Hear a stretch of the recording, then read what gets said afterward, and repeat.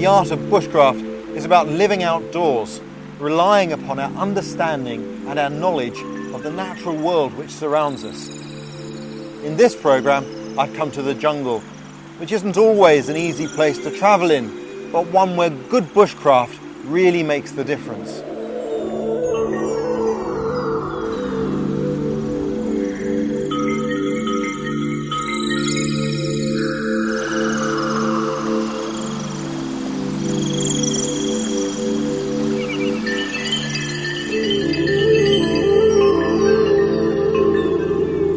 No matter how many times I return to the jungle, I always forget just how awe-inspiring it is.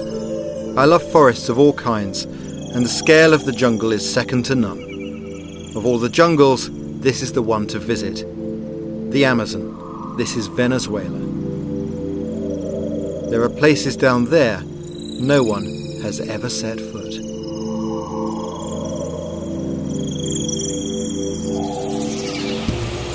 Once you take off, you start to think about all of your equipment you've got with you, and you start to think about things you've forgotten, and now it doesn't matter.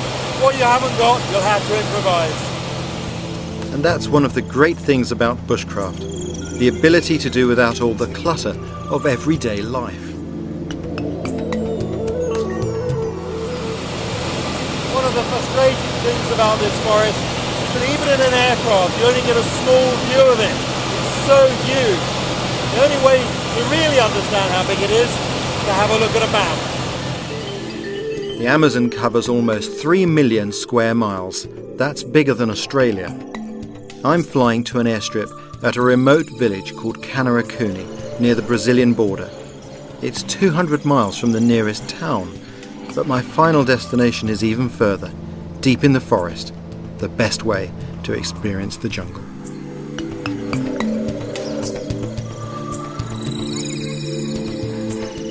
It's the knowledge of bushcraft that invites us to step out into this huge canvas and leave our world behind.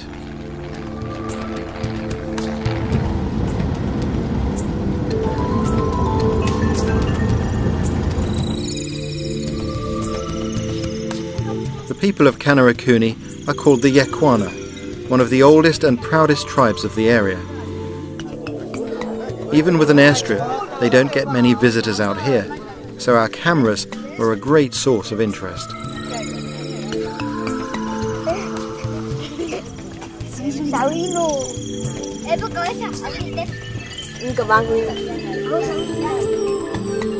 My plan is to camp near the village so I can enjoy being in the jungle but still learn from the living bushcraft of the Yekwana.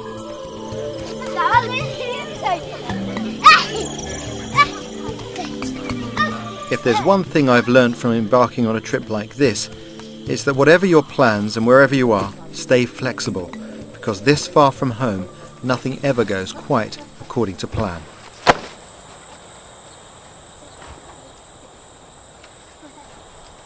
Well, the plans, as they often do when you travel in these sorts of areas, have gone a little bit awry. Got here a bit later than expected. Had hoped to get into the rainforest today, but that'll have to wait till tomorrow. So tonight, myself and the crew, we're going to be in this house that's set aside here for visitors and make ourselves pretty comfortable. But it looks great. Amazing building. First job, get the hammock set up and settle in a little bit.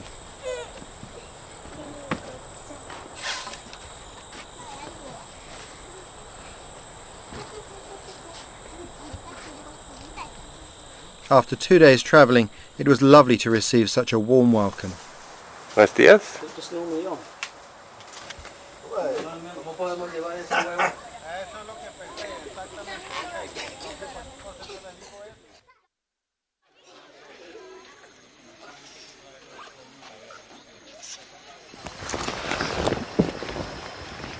Early next day, we set off downriver.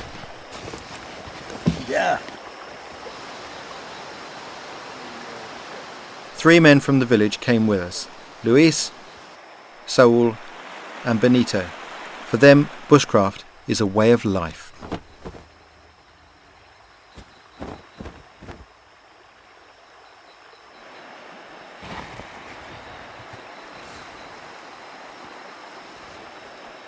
This is brilliant. This is where my journey really begins. As we leave the village and come down this river, we're entering one of the most pristine environments on the planet. When you travel in an environment like this with these sorts of people, you're really stepping back in time. But the technology is no less sophisticated than our own. It's just different.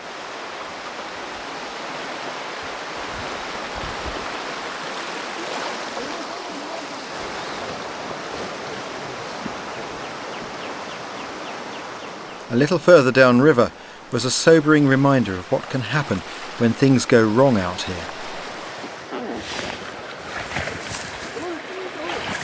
Brace yourselves. You all right? I can't believe it. Right in the middle of the river, there's a crashed aircraft. Can you imagine what a bad day this pilot had? Not only did he crashed in the middle of some rapids, and it's a very long walk back to civilization from here. I learnt later that they'd crashed because they overshot the runway at Kanerakuni after drinking too much. Lucky for them, they all survived. What we're looking for is a place to set up camp. Ideally, I want a shelving shoreline with a place we can bring the canoe in, perhaps a little beach where we can wash. As we rounded a bend, we came across the perfect spot, home for the next week or so.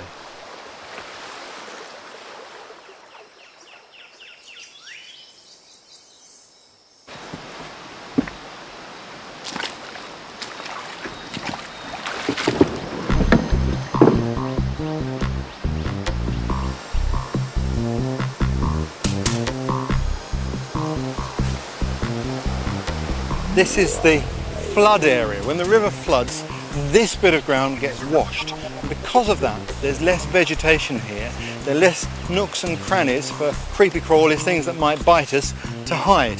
The other advantage of being on ground that gets flooded is anything that we do here, any cutting we do, any fires we light, will get cleaned up by nature herself, which pleases me. Even though this is a massive forest, I still like to minimise the impact that I have on it while I'm here.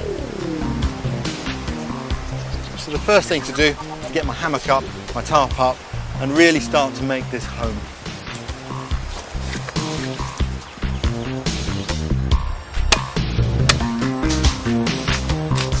My equipment is man-made, but one of the principles of bushcraft is to know where and how to find the natural equivalents.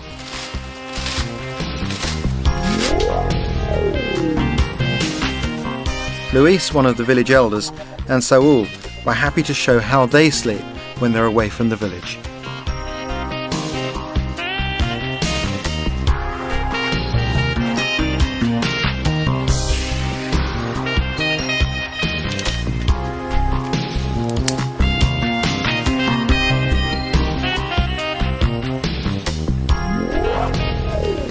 I'm setting up quite an elaborate lightweight camp because I'm going to be here a few days. If I was just here overnight, I wouldn't go to all these lengths. And the first job normally is that the roof goes up, because if it's pouring with rain, we can then work completely freely in the dry beneath it.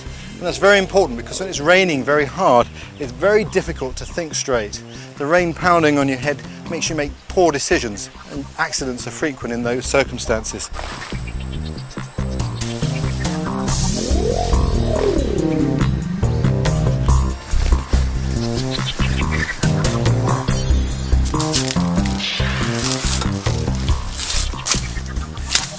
One little tip, never put your hands into an area that you can't see into with your eyes. You just never know. That way you don't get embarrassed and neither does a snake.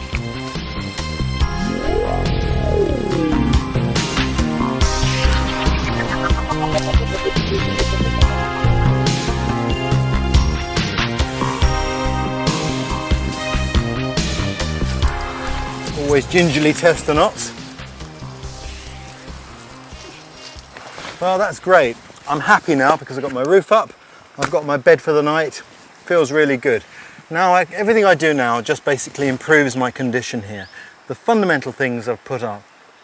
Sometimes you can be lulled into a false sense of security, like now it's not raining. So you might think, oh, it's going to be a nice day, I'll just be a bit sloppy in the way I put my camp up. I guarantee if you do that, 2 o'clock in the morning, the most horrendous downpour will show all of your faults. Their hammock really was that simple, just strips of bark. Not that Saul seemed concerned, he was a real showman. Saul's gone to sleep.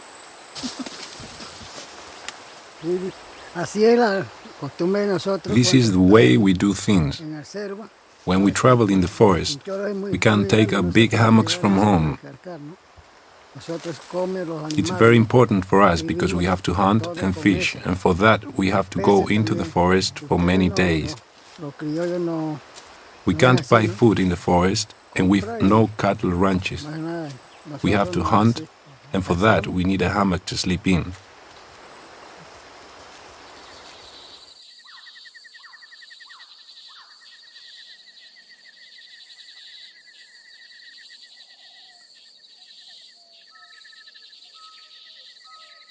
Much as it's nice to be in a village, I can't help thinking it's much better to be here in the forest.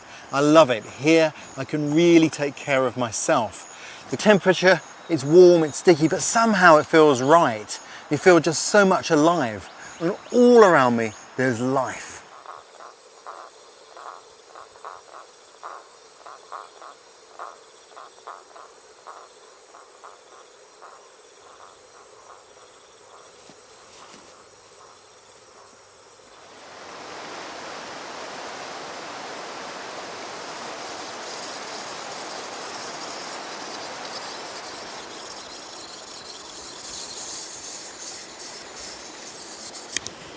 In the gloom last night, I was collecting a bit of firewood and I saw this, what looked like a palm tree. Thought I'd just chop that out of the way.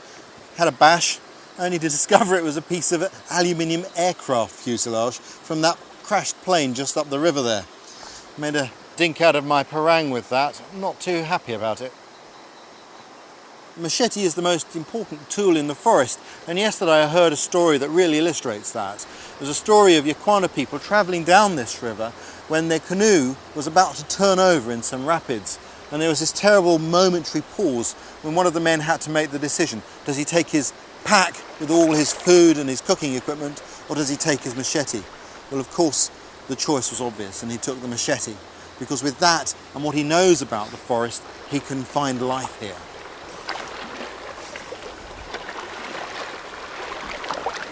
This is a very important tool here, but it's also worth bearing in mind that the machete or the parang is the most dangerous tool we use in bushcraft because the length of the edge is so great. There's tremendous potential to bite us. There are a few things we have to know. The first is we need to keep it sharp. So every day on a daily basis you sharpen it. For that I carry with me a small sharpening stone, combination stone like this. But if I didn't have that, I could use a pebble from the river.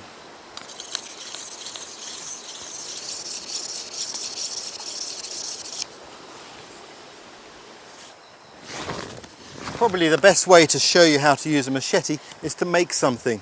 And we need a bench to go in our camp there so we can sit comfortably by the fire in the evening, and that's what I'm going to make. To start with, I've cut a small stick to give me a measure for some of the pieces I'm going to need. And I need to cut some strong supports. I use a measuring rod and we just put a mark on there. That's where I want to cut it. I'm going to need a point on the end. So rather than cut through and then point it, we'll do it all in one go. And this is something that you can really only do with a strong, stiff machete. It's to cut like so.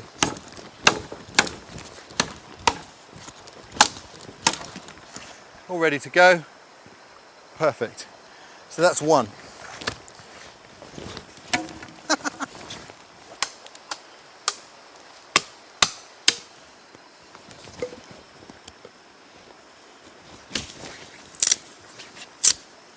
Rainforest saplings are fabulous building materials. They're straight and strong. And when you need rope, you just split a liana or two.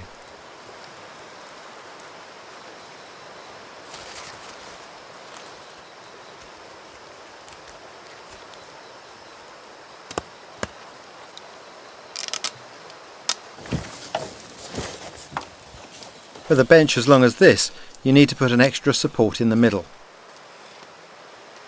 Now, we lock it off.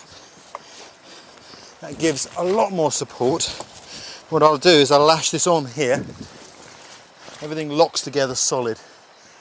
Now we can sit comfortably and enjoy the fire. Having somewhere to sit down makes life a lot more comfortable in any environment, but particularly in this one, with all the termites and ants crawling around on the forest floor.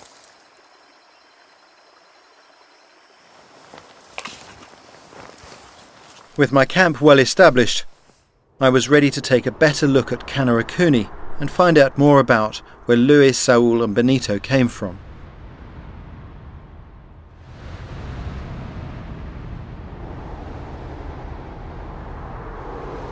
These villages are like islands in the Pacific. That's how cut off they are from modern life, though there were bizarre reminders everywhere of the world outside of the forest.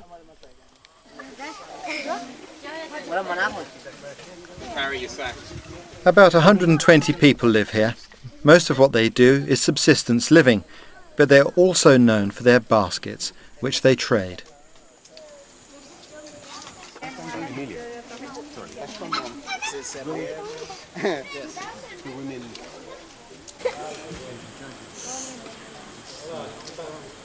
Primero se hace esta color blanco, ¿no? Everything we use comes from the rainforest. The basic material for the baskets comes from a vine. The pigment comes from a palm tree, which looks very like a banana tree.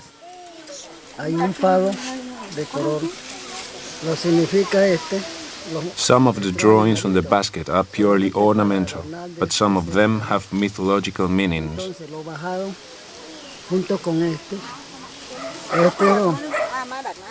According to ancient tales, there was a god on earth who kept birds. He sent the birds into the sky with a long string and some glue to drag the stars from the earth into the sky, and that's how the stars came to be in heaven.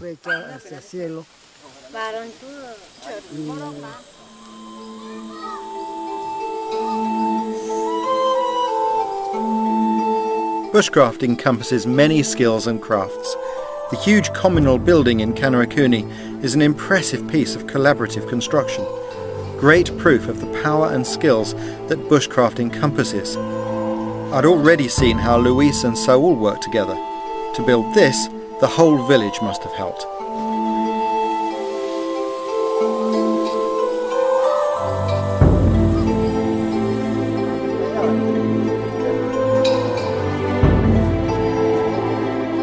Life in Kanarukuni is a mixture of change and tradition. They still paint themselves for special occasions.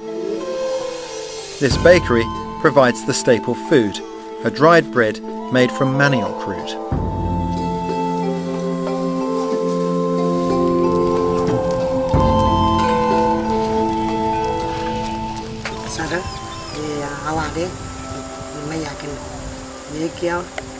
We think we are close now to being owners of our own land.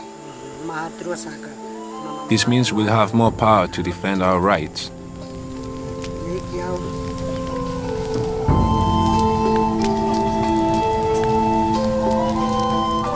We've seen other communities that weren't so lucky.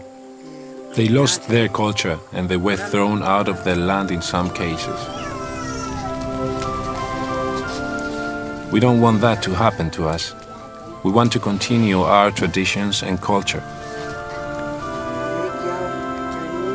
So we'll mix in a little of some of the new ideas.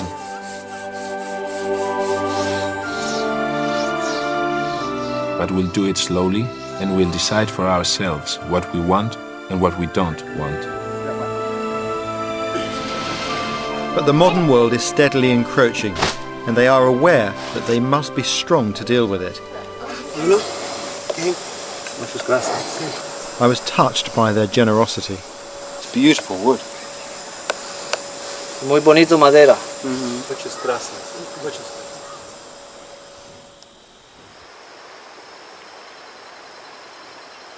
There's no point trying to live by the rules and schedules of normal life when you're in the jungle. The jungle is beautiful but harsh, so you have to give yourself enough rest, liquids and time to wash. Not that there isn't time to enjoy yourself too.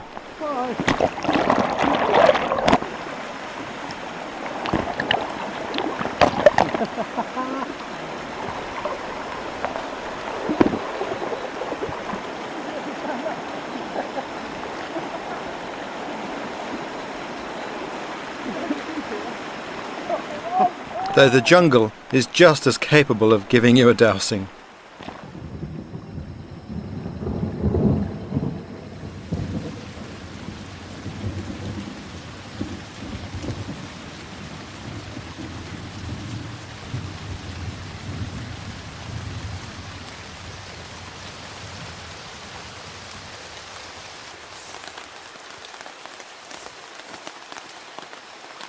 At the end of each day is a nice little part of the routine, which is the wash and then into your dry kit. You keep one set of clothes dry for the evenings, well, as dry as you can make them. And it's important when your feet have been wet all day to wash them, to powder them and to rub some life back into them. This prevents foot problems, foot rot and other conditions associated with that. Really good. It's a nice time. It's not very often you take so much time to pamper yourself, as it were. It's great having the old hammock though, because you can just sit here. It's raining outside and the rain can't touch you. It's brilliant. Nice moment.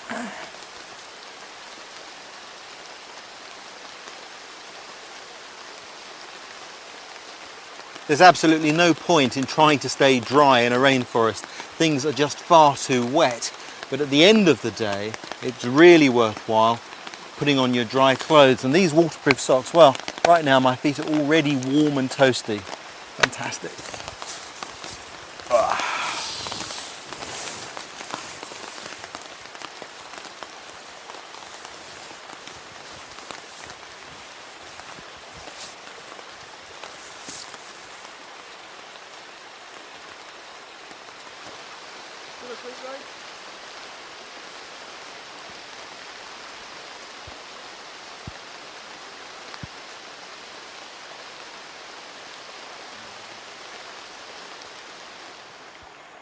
This is our logistics camp.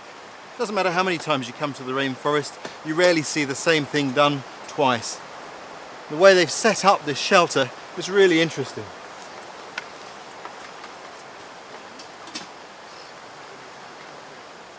They'd taken flexible boughs and chosen to arch the roof of our camp kitchen.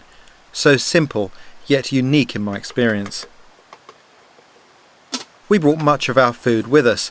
It's a full-time job for the people of Kanarakuni to feed themselves, but we did buy pineapples from them, the best I'd ever tasted.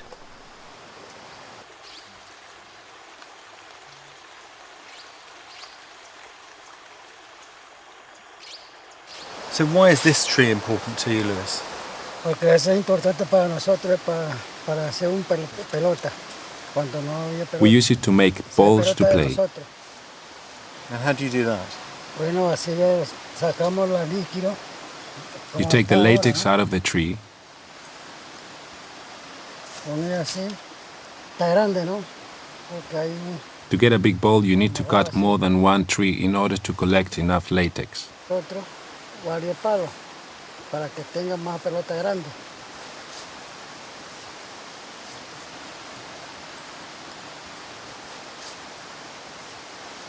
And is that how these cuts came to be made? Yo, I did it. You did it. How many years ago was that? bueno, eso tiene 40 años. 40 years ago. Must have been small. Sí, esta fue, yo siempre explico a los muchachos, por ahí está palo y otro Yes, están I allá. remember it well. Sí, porque yo And I conozco remember porque each tree we used to use. varias veces los I tell the veo children enseñando now where they can't find the right trees to make balls because balls from the city are expensive. Los niños todavía se usan cuanto no, porque es muy caro en ciudad.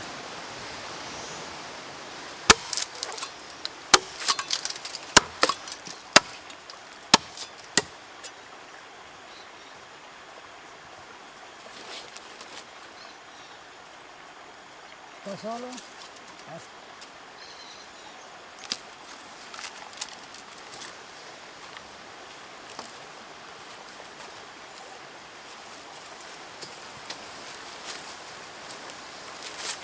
Talking to Luis was like having your own encyclopedia of the jungle, and he was wonderfully generous with his knowledge.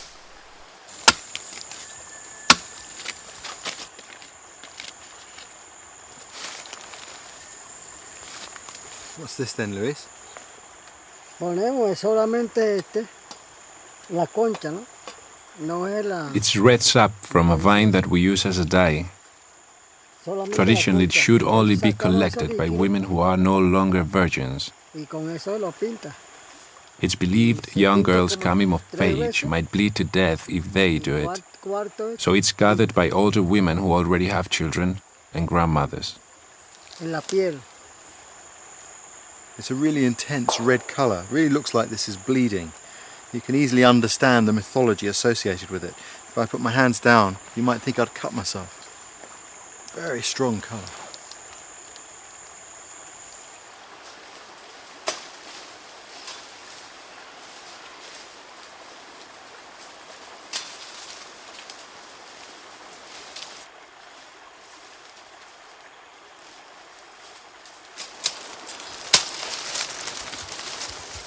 Almost everything comes from the forest, including their fishing rods. Luis used the fire to harden the rod, a technique I've seen indigenous people use all around the world. Where I come from, people will often spend a whole week's wages to buy a fishing rod. The other thing that happens, Luis, is that they catch fish and then they throw them back into the river once they've caught them. What do you think of that? De eso lo gasta el dinero, después lo compra y sí, es muy costoso, costa mucho ahorita, ¿no? Entonces, So they're throwing the money out of the window. And they probably go to a shop and buy the fish anyway.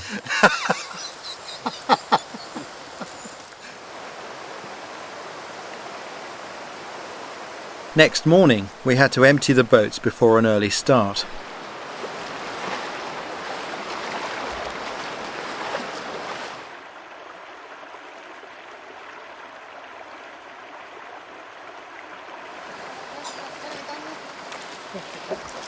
We're going fishing today, and as always in these events, it's a whole family affair, like a real party outing. Great way to go and get your food.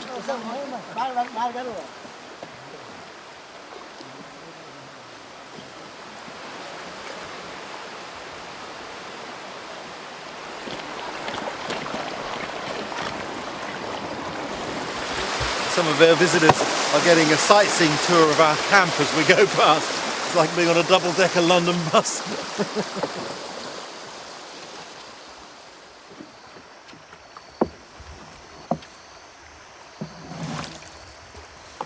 It feels like one of those explorer goes down the river moments. Pull hard together, blade on a feather. Reminds me of my boating days in Oxford. So things have gone, man.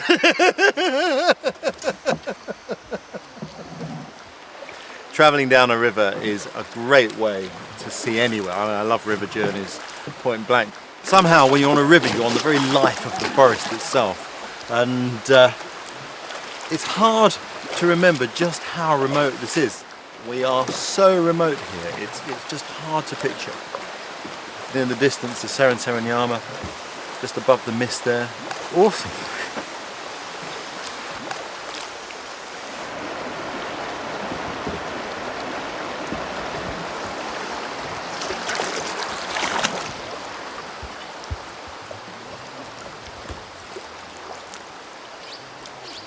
You hear the birds singing, so peaceful.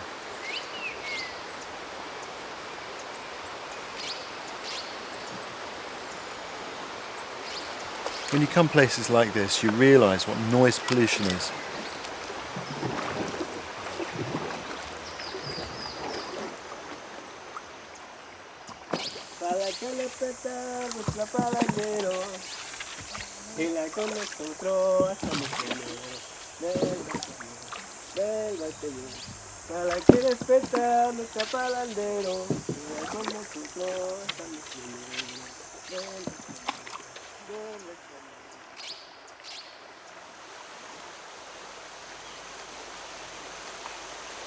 One of the real benefits of coming away from the disturbance of the camp is that for the first time you really start to see the life of the forest. Almost everywhere I look there's something going on, like these toads mating. You can see the eggs coming out there from the female, being fertilised by the much smaller male on her back.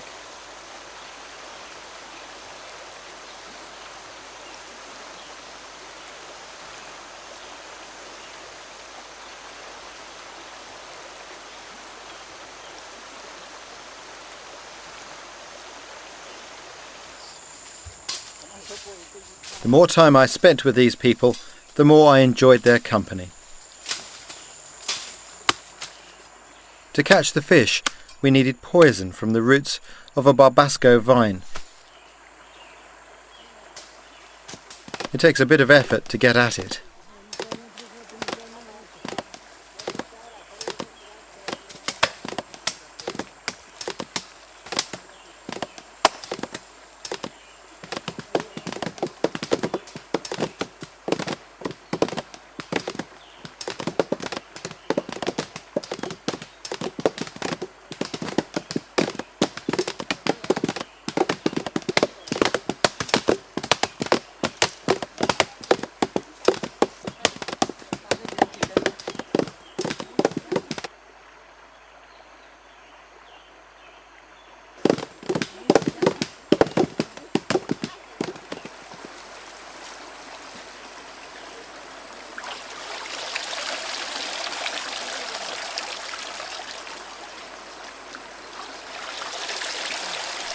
Barbasco contains a mild poison that temporarily blocks the oxygen in the water so that fish are forced to the surface.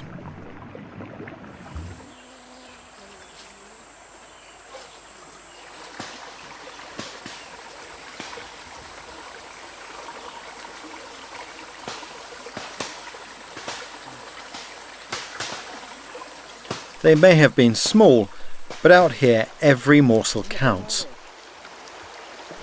And they were certainly enough for a picnic. And what a place for a picnic.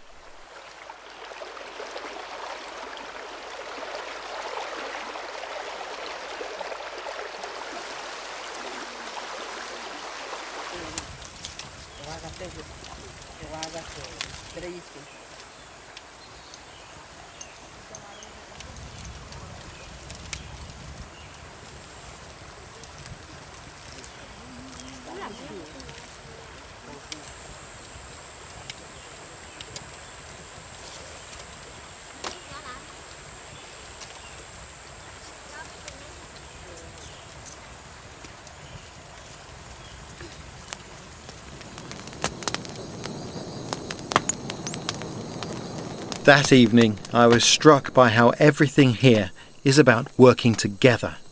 Not just the people, but the forest too. The Ikwana know that as long as they look after the forest, it will look after them.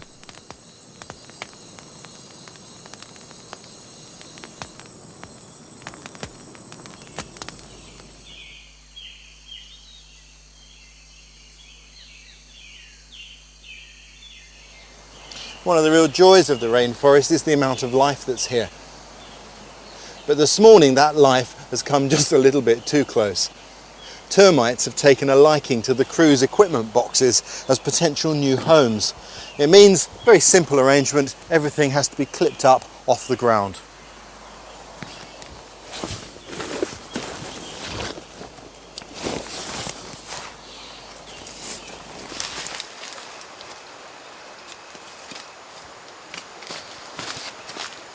You can't camp in the forest without addressing sanitation.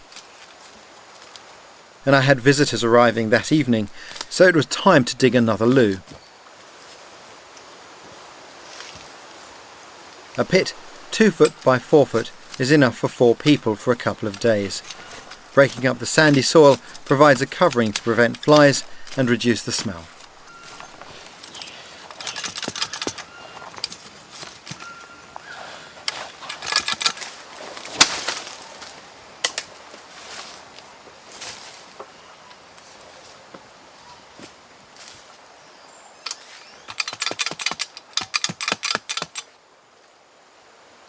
And the candle, that's for the night, just to check no snakes have fallen in. I always take a medical kit with me, but the forest provides its own medicines for the people who live here. This is the way our ancestors healed themselves from flu.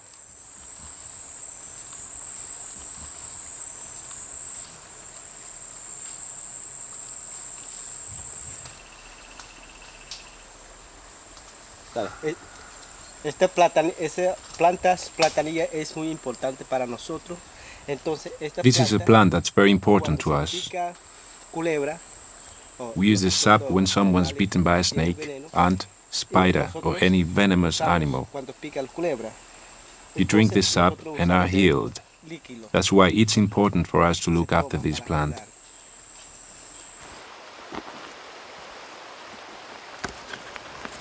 My visitors were a good incentive to do a bit of washing. It's not just hygiene, it's also good for morale.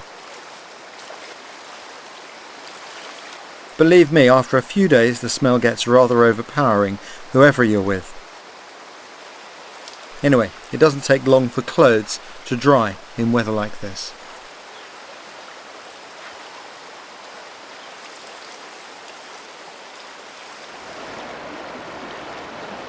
My guests were all leaders in their own fields, and I was thrilled that they could come to help us learn more about our surroundings. So I'm Ray. You're Ray. Lindy. I'm Nalini. Joel. Jesus. Jesus. Nice to meet you, man. Ray. Ray, good to meet you. Joel. Yeah. Joel, Lindy. Hi. Nice to meet It's, you. hi. That's good to make it here. Incredible place. Just amazing.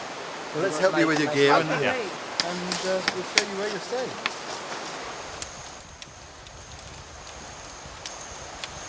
I thought it would be nice if you told me a little bit about yourselves. I am a hardcore naturalist. I have been always interested in the animals in the wild, in the forest. Even though naturalists tend to be disappearing, I wholeheartedly believe that we need to be out there looking for animals, learning from them. The animals that I have been studying the most are reptiles and amphibians. And this area is actually a paradise for those. I'm interested in trees of all kinds, and I'm especially interested in the world of the treetops, of the canopy. When I first came to a rainforest when I was a graduate student in Costa Rica, my eyes went right up to the canopy and said, what is going on up there? And it turns out very little is known about the canopy. I became so thoroughly inspired by being in treetops that I couldn't let it go. You know, it's a place that most people don't ever see, and it grabs you as soon as you're there. It's hard to come down.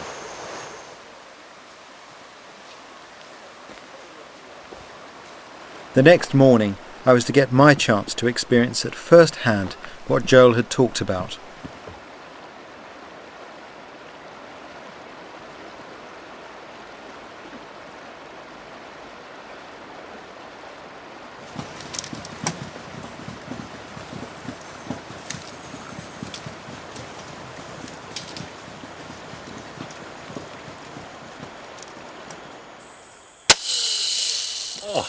Perfection.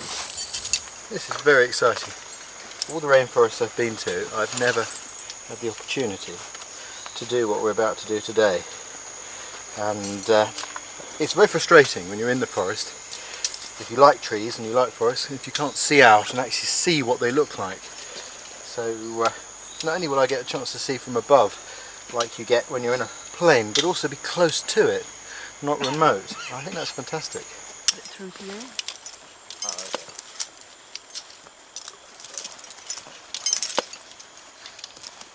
This is the moment I've been waiting for.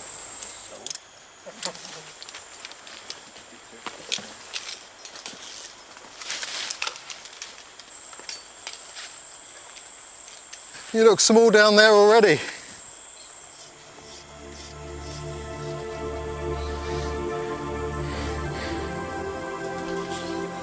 It's great coming up because all the way up there are different levels, different sizes of trees. It's tremendous to be able to look down and see it from the sort of tree's perspective.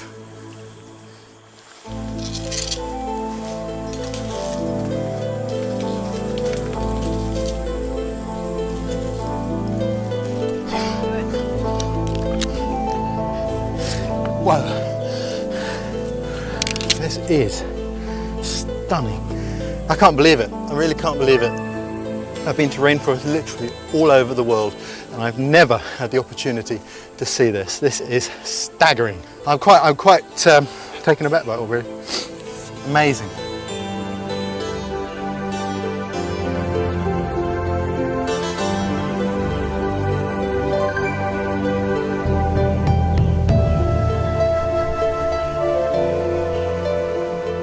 When you fly in over a forest, you're hundreds of feet above it.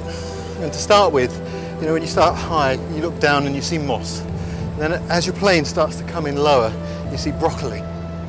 And then you see trees, and you see sometimes fruits and parrots and monkeys, and occasionally an Indian in a canoe on the river.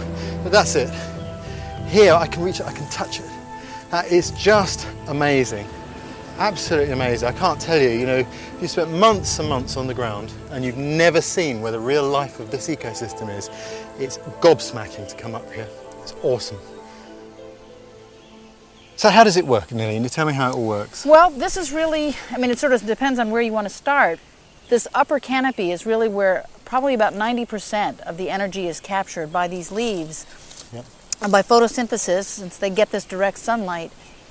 As you go down, you'll see that it gradually gets darker and darker. And so as you get down to the forest floor, you've only got about 2% of the sunlight left. So all the plants on the forest floor are very well adapted to very, very dark conditions. But these trees have really had to fight to get up here, haven't they? That's right.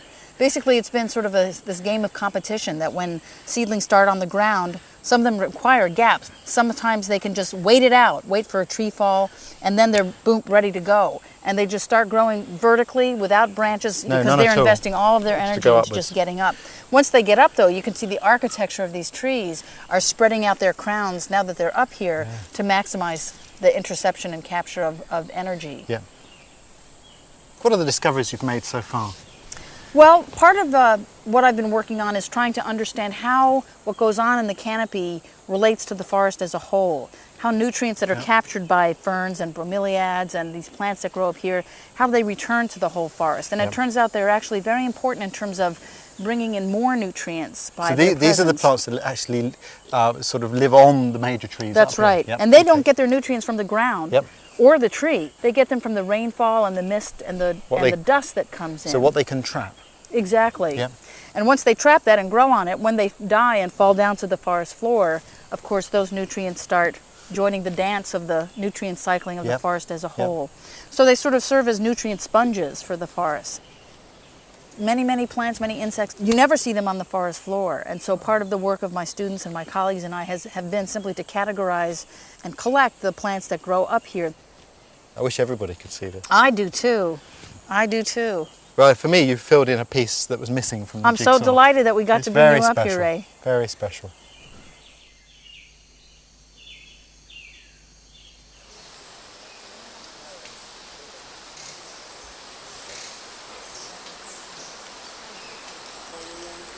That's fantastic.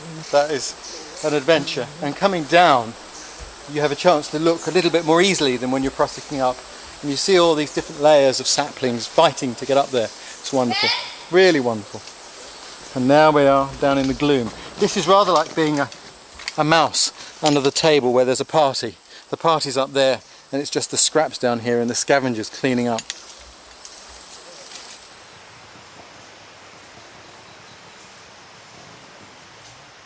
Jesus Rivas is one of Venezuela's best-known scientists, so it was a real treat for me to explore our immediate surroundings with him for his unique perspective on the local animals.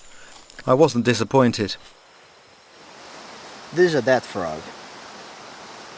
It's a live frog. It's just plain dead now.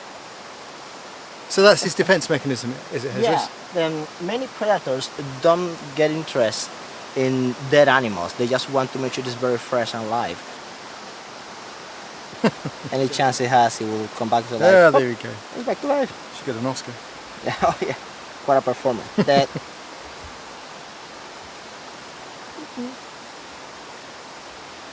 Alive.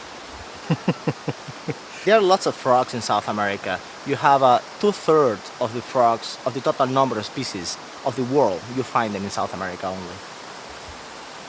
You know, a lot of people are afraid of going into the forest because of the very things you like to study. Because they don't know any better. That's interesting. I've always had this view that knowledge dispels fear. Would you agree with that? Oh, absolutely, absolutely. I don't know, it's I think some sort of Theraphos, I think.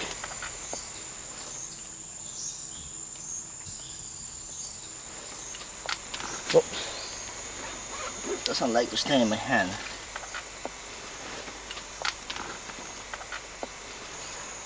It's some sort of tarantula, as far as I can tell. But I don't know this species. It might be a new species for all that we know.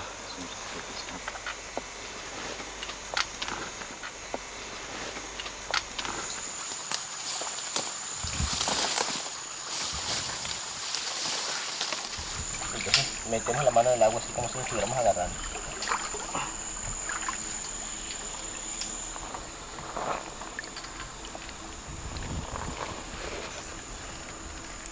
Aha!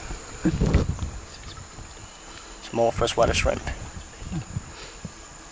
You think it's a lobster?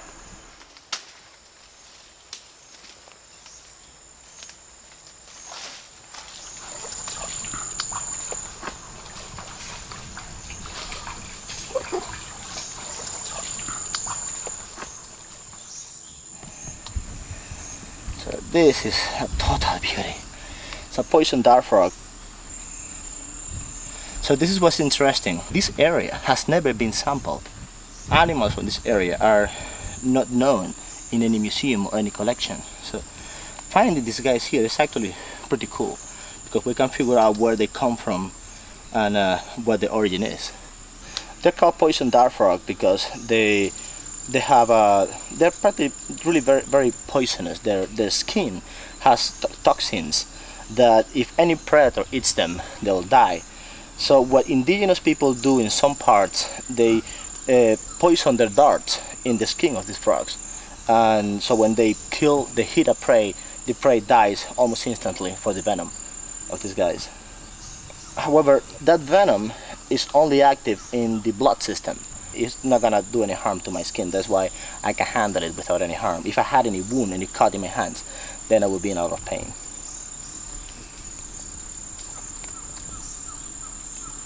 You get a bad flavor. This is not bad.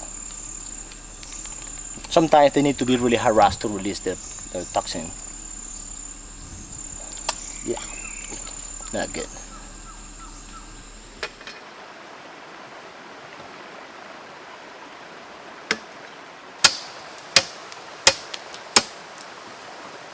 Benito demonstrated his skill with a machete to knock up a paddle for a canoe.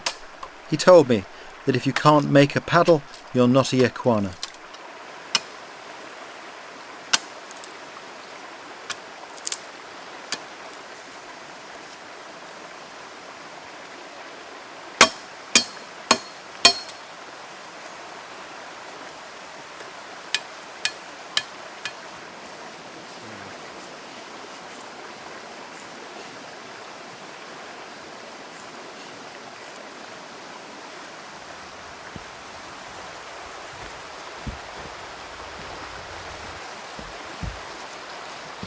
I heard several translations of what Yequana means, but the one that rang most true was the people who come by boat.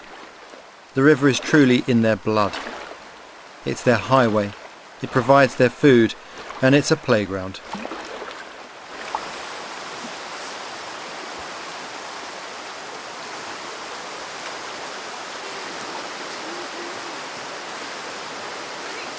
I've rarely seen anyone more at home on the water.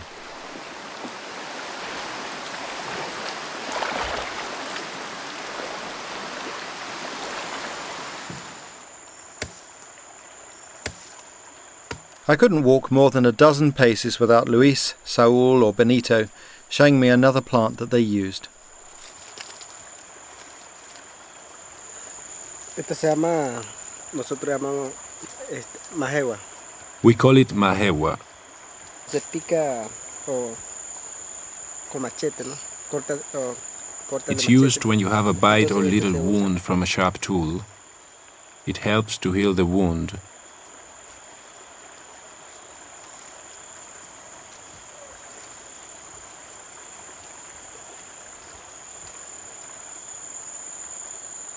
By the final morning of our stay here, our camp was being co-opted back into nature.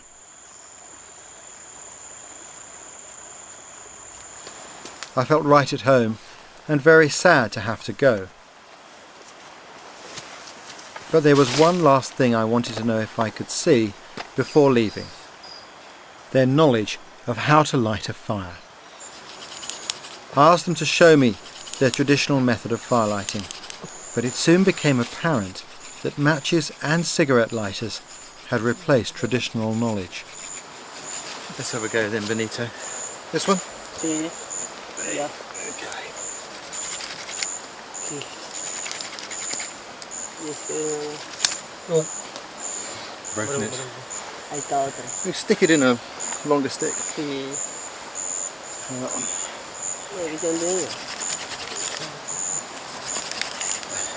Would it be right if I suggest a slightly different way of doing this? Él dice que sí, estaría bien si él puede sugerir una forma nueva de hacer fuego. Sí. Because I think we can make fire with your sticks. Como ahorita. Sí. Sí. Say now? Yeah. Como nosotros, como estamos ahora, nosotros no lo vimos tampoco en nuestra abuela. He haven't seen how to make fire No, from that's sticks. cool, I understand Solamente that. lo escuchamos así nada más como está They haciendo. have heard about it, but they never see it. My normal work is teaching these skills, and it would be a privilege if I could actually show you what I know of this technique.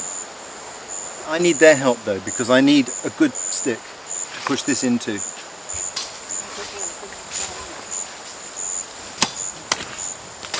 Firelighting by friction is a very difficult skill. For a man here to admit that he can't make fire in the forest when he can do everything else, that takes a real sense of courage, I think. It's a real testament to the strength of character of these people. And it's very difficult for me to broach that issue without questioning his manhood. And we've been able to get past that stage, and hopefully we'll make some fire here today and we'll put that skill back. What I'm going to show them is the way I make fire, and it may be that this is slightly different to their cultural way of making fire, but I think at the end of the day what is important is the ability to go into the forest and find fire from what nature provides. Because this drill is a little bit too short, what we're going to do is we're going to attempt to lengthen it with another stick which needn't be dry.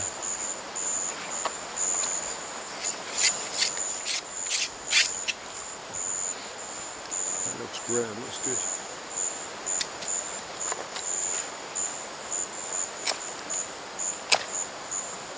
This was uncertain ground, both for me and them. Benito, how far do you have to go to get matches or a lighter? Sí, en esta zona que muy lejos de This area is very far away from anything, and it takes a long time. How long? ¿Cuánto tiempo? 15 días. It can take from 15 days to even 1 month if you go in a canoe paddling. 15 days to a month paddling in a canoe to get a box of matches. It kind of tells a story, doesn't it? Ah, sí. If you can just hold that for me for a moment.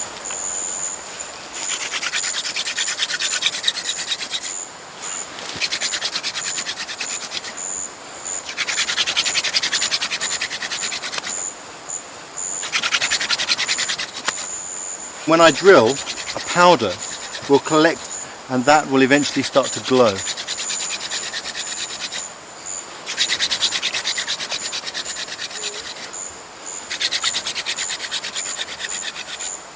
Okay.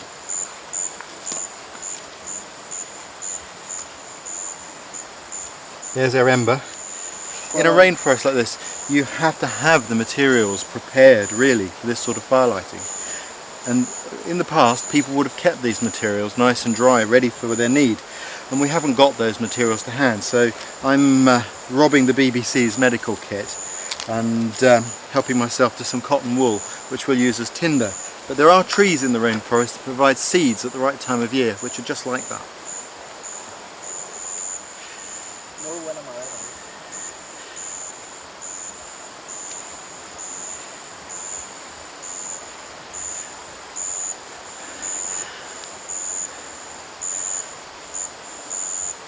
Harder.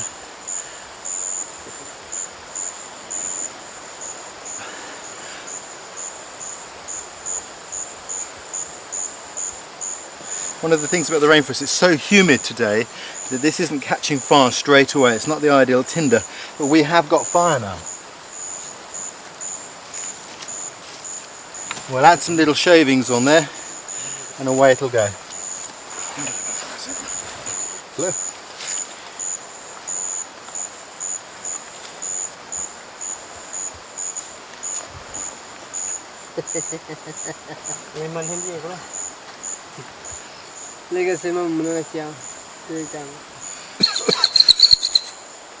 Some years ago we worked on an island in the middle of the Pacific Ocean, and the people there still keep these skills alive because, like you, they're a long way from sort of the outside world. There was a wonderful woman there who said that when you can make fire by friction, you carry your fire in your mind and in your muscles.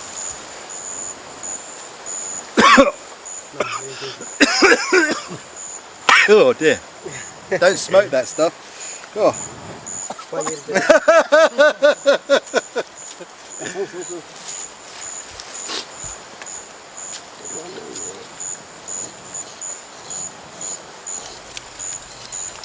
Hey!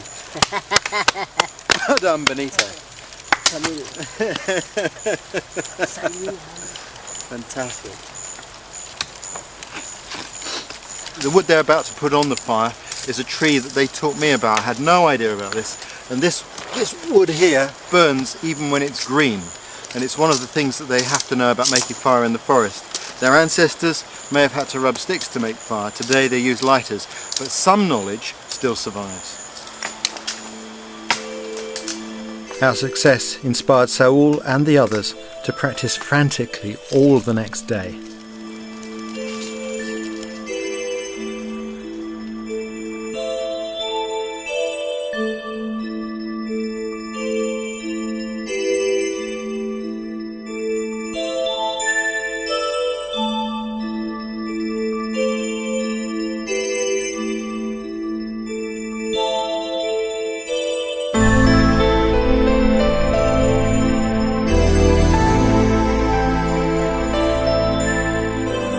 So they could pass their rediscovered knowledge on to the next generation.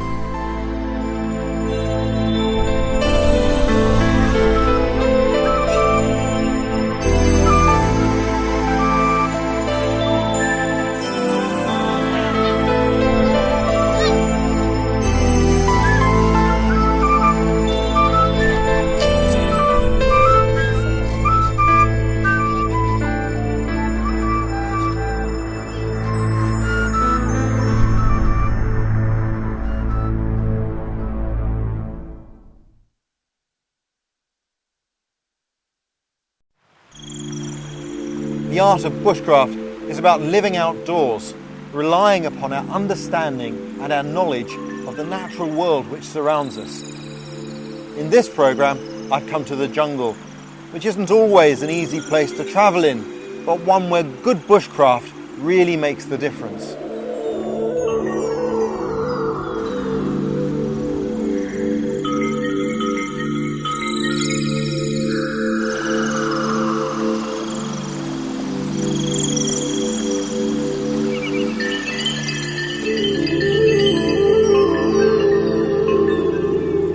No matter how many times I return to the jungle, I always forget just how awe-inspiring it is.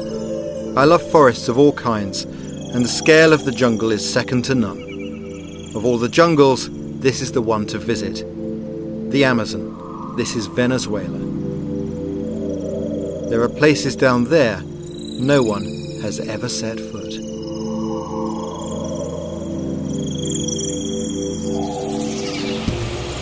Once you take off, you start to think about all of your equipment you've got with you, and you start to think about things you've forgotten, and now it doesn't matter.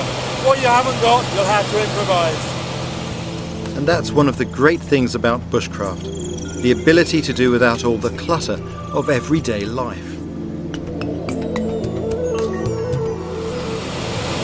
One of the frustrating things about this forest is that even in an aircraft you only get a small view of it. It's so huge. The only way to really understand how big it is to have a look at a map. The Amazon covers almost 3 million square miles. That's bigger than Australia. I'm flying to an airstrip at a remote village called Canarakuni, near the Brazilian border. It's 200 miles from the nearest town, but my final destination is even further, deep in the forest, the best way to experience the jungle.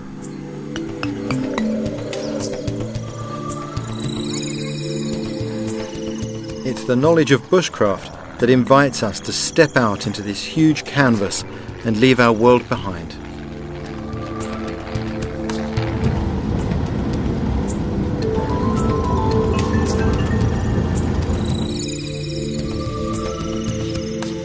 The people of Canarakuni are called the Yekwana, one of the oldest and proudest tribes of the area. Even with an airstrip, they don't get many visitors out here, so our cameras were a great source of interest.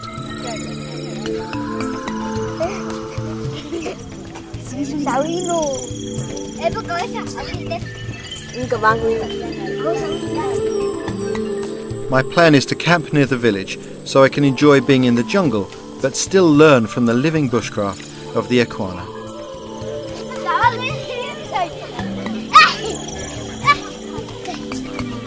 If there's one thing I've learned from embarking on a trip like this, it's that whatever your plans and wherever you are, stay flexible, because this far from home, nothing ever goes quite according to plan.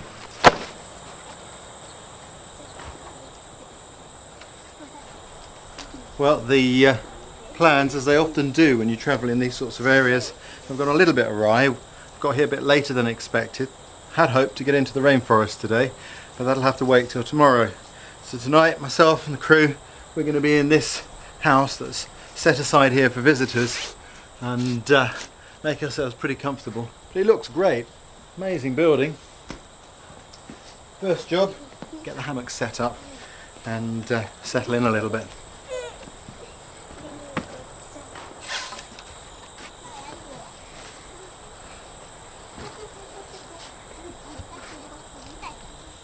After 2 days travelling, it was lovely to receive such a warm welcome. Buenos días.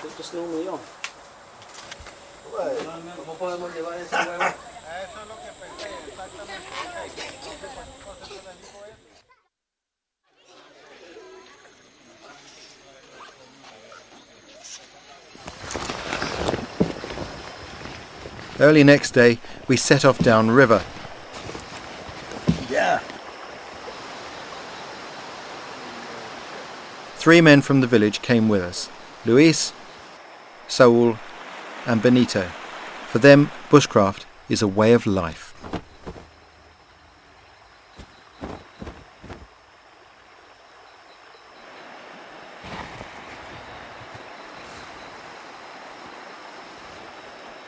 This is brilliant. This is where my journey really begins. As we leave the village and come down this river, we're entering one of the most pristine environments on the planet. When you travel in an environment like this with these sorts of people, you're really stepping back in time. But the technology is no less sophisticated than our own. It's just different.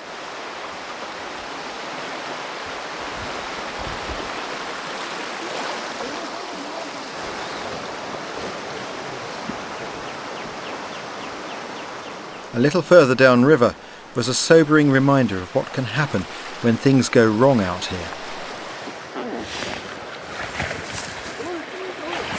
Brace yourselves. You all right? I can't